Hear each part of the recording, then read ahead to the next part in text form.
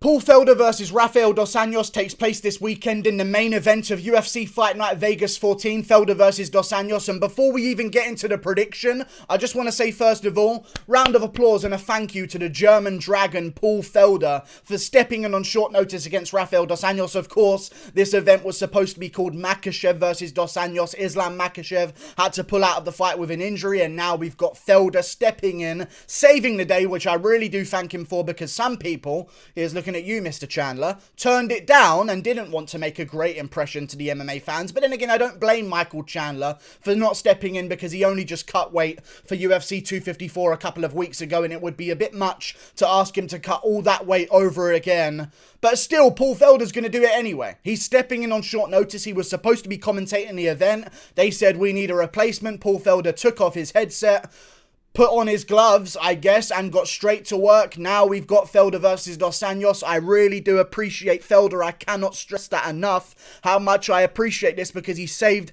the entire card. I genuinely do believe this is not one of those cards where if the main event falls out, we can just slide up the great co-main events, because the co-main event is between two unranked welterweights, Abdulrazak Al-Hassan and Chaos Williams. Don't get me wrong, two great fighters, but not quite main event worthy fighters. So I genuinely do believe if we did not find a replacement for this card, it might have been scrapped altogether, because it's not the best card anyway. But still, Paul Felder steps in.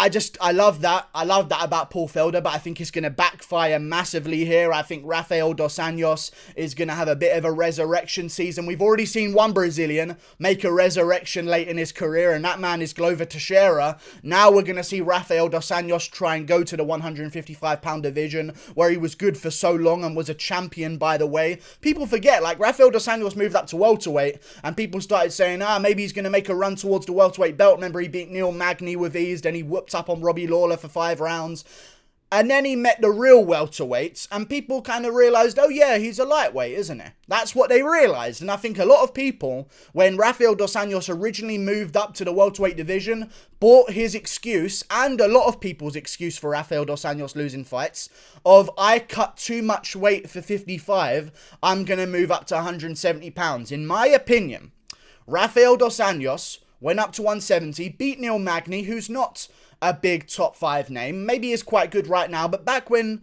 Rafael Dos Anjos beat him, it was hardly a world beater of the division. I'm sure we can all agree. Robbie Lawler kind of fading, and has been fading since that Rafael Dos Anjos fight ever since.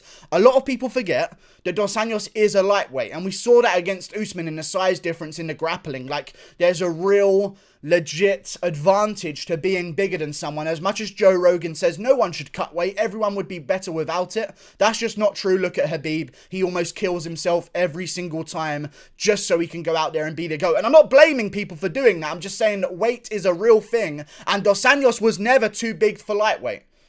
Dos Anjos was never too big for lightweight. He never was. He was always a small guy. Yes, he has a giant, weird-shaped head that kind of holds him back sometimes when he's cutting weight, but still, he's not a big guy, and I think him coming back down to the lightweight division, it's not going to be a terrible weight cut. This is not Aldo moving down to the 135-pound division. That's what I'm trying to go at here. This is not TJ Dillashaw moving down to the flyweight division. Those are silly weight cuts. Okay, Rafael Dos Anjos was a lightweight. He's returning to the division that he originally belonged in, but the reason why he moved up, really, and I know why he came up with the excuse of I'm too big and I cut too much weight, is because he lost to Khabib, he lost to Tony Ferguson, and there was really no pathway for him to get back to the top. He lost to Eddie Alvarez as well, by the way, and he was champion. So you've got Alvarez as champ, Khabib and Ferguson at 1 and 2. What's Dos Anjos going to do in the lightweight division? He decides to move up to welterweight. I just think that Dos Anjos is going to put a whooping on Paul Felder really bad.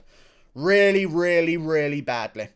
I do. I don't like the fact that Paul Felder's taking this on short notice. And you know what? If Paul Felder took this on a full camp, I might still pick Dos Anjos, okay? That's how much I think Dos Anjos... you're looking at a guy here that was going to pick Dos Anjos against Islam Makhachev. I was really confident in that, and I know I didn't make a video about it, but you can ask people. I'm sure they won't vouch for me in the comments below. They'll say I never said it, but I said it in live streams constantly. I'm going to pick Rafael Dos Anjos over Islam Makhachev. I think he's so underrated, and the only people that have been able to beat him are Colby Covington. Bigger guy, stronger guy, can out-grapple him. Kamaru Usman, bigger bigger guy, stronger guy, can out-grapple him. Leon Edwards, big welterweight, very rangy, completely different frame-wise to the lightweights, outstruck him, outranged him, and out-grappled him in some moments as well. You saw when Kevin Lee moved up to that welterweight division, hang on a second, Rafael Dos Anjos can still hang with these lightweights, because I'll tell you this, I guarantee you Kevin Lee and Rafael Dos Anjos, when they fought all the way back at UFC Rochester, I think it was UFC Rochester that they fought at, it was the main event, you can see that they were both lightweights fighting in the welterweight division. They didn't look too big for the division. It didn't look like Kevin Lee had put on too massive an amount of weight. Like, they were both lightweights that maybe didn't cut an extra 5 pounds, that were fighting at the welterweight division. And we kind of saw that Rafael Dos Anjos can still hang with the lightweight division in that aspect. I think him coming down to the lightweight division, we saw what happened with Donald Cerrone so late in his career, and I don't ever compare the chin of Rafael Dos Anjos to Donald Cerrone. Donald Cerrone's been KO'd so many times, yet still, he was able to come back down to the 155-pound division, whoop up on Alexander Hernandez, and whoop up on Al Iaquinta, and beat Tony Ferguson in the first round on the feet of their fight.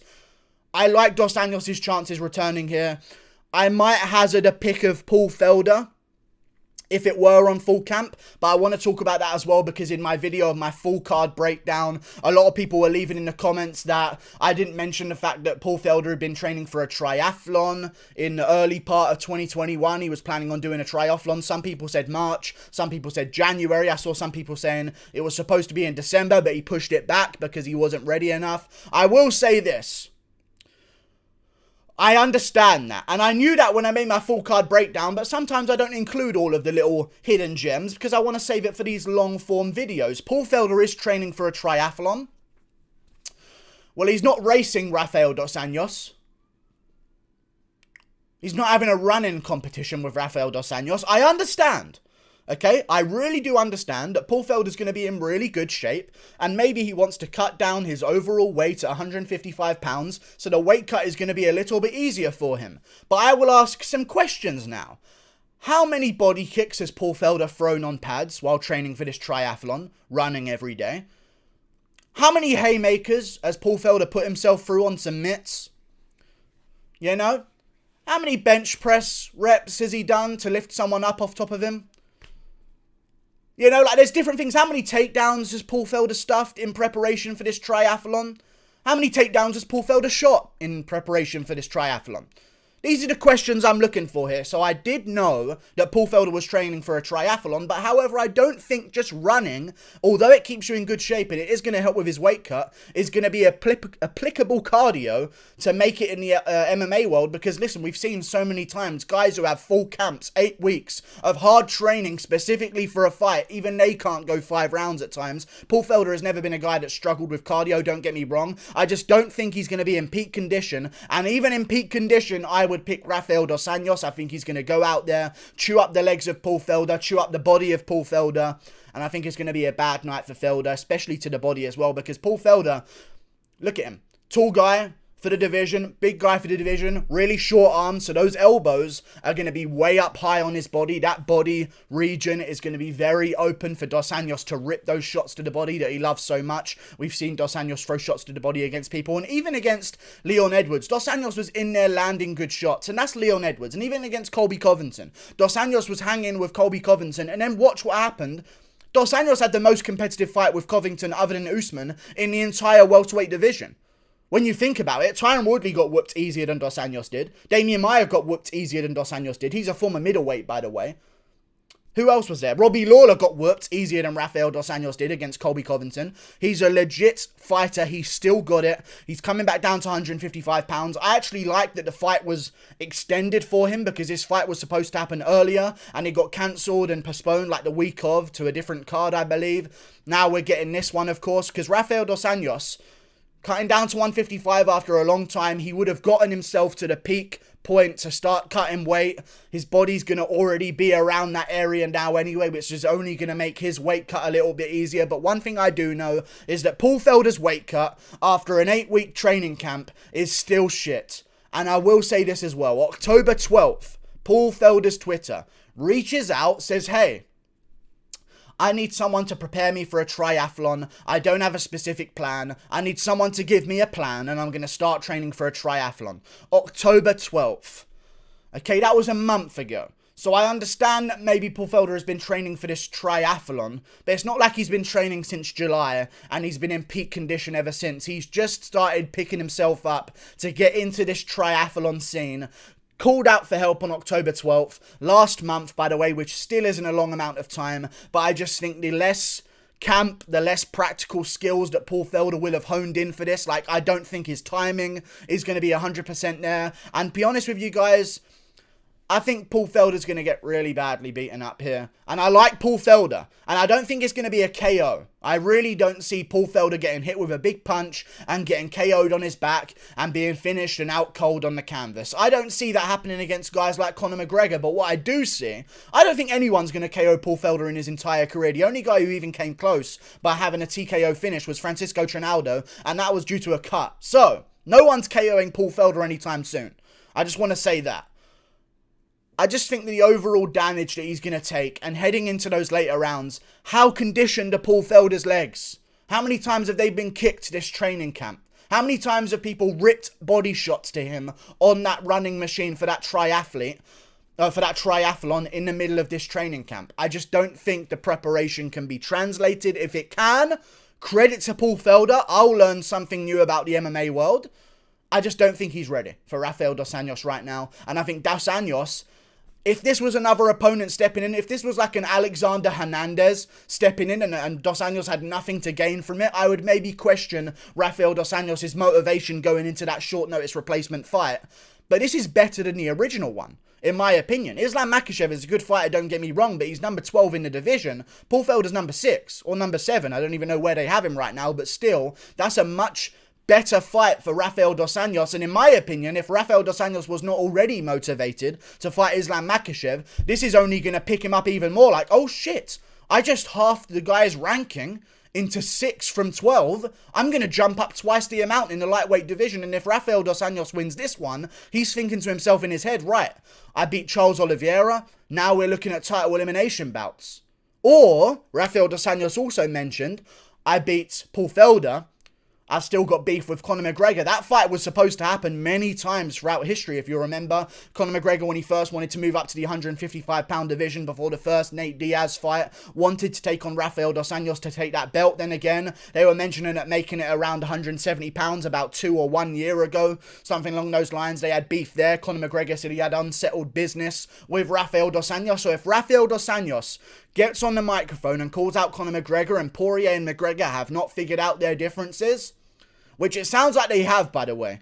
I know that people are saying the fight isn't officially made yet, but Poirier was the problem, and he signed on the dotted line, and they've only just sent off the contract to McGregor, and now even he's saying that he's excited to get back in there. So it seems like they're going to figure it out, but if Dos Anjos gets on the microphone, calls out Conor McGregor, gets to fight with McGregor, maybe this negotiation between him and Poirier could be ruined for the time being, now that Dana White and the UFC know that, hey, we've got options. Poirier, you're going to have to take a 10 grand off your paycheck. You know what I mean? Like, the UFC will play those games in negotiations. I think Rafael Dos Anjos is going to piece apart Felder. It will be an exhaustion-based TKO or a submission. It will be an exhaustion-based finish via him taking too many shots to the body and the legs. In this fight, I respect Paul Felder massively. I saw him take massive shots from Edson Barboza to the body. I just think the body punches from Dos Anjos, he's going to work Paul Felder in the clinch, and he's going to have an exhaustion-based finish. I don't think he goes flat on his back or goes out cold. I'm not saying that Felder's going to get chinned. I just think his hands are going to start to drop, and he's going to start getting a little bit more tired. And I also maybe could see, I might go with, I'll go with TKO. I think it will be a TKO finish, but more from Paul Felder not being able to defend himself. More like a Walt Harris, Alistair Overeem kind of TKO finish, only in the lightweight division. A lot of people are saying by submission as well, which is it's very possible, but I am going to go with TKO. I think Dos Anjos is going to want to make a bit more of a statement and really be the first guy to put away Paul Felder legitimately by TKO. Thank you for watching. Click that button up there. I think if Dos Anjos wins, you should call out McGregor. Probably won't happen because it seems like they're getting the Poirier fight sorted, but call out Charles Oliveira. He needs a fight in the early part of next year. I would love to see RDA versus Oliveira in February on the main card of a pay-per-view. Winner of that one can maybe get the winner of, I just knocked something off my table. Can maybe get the winner of a top fight for a title elimination bout, and you are done with the lightweight division. Rafael Dos Anjos, Brazilian Resurrection season. I think I just broke my microphone. Brazilian Resurrection season is upon us. Goodbye. Click that button up there again if you haven't done it already. Toodle pip.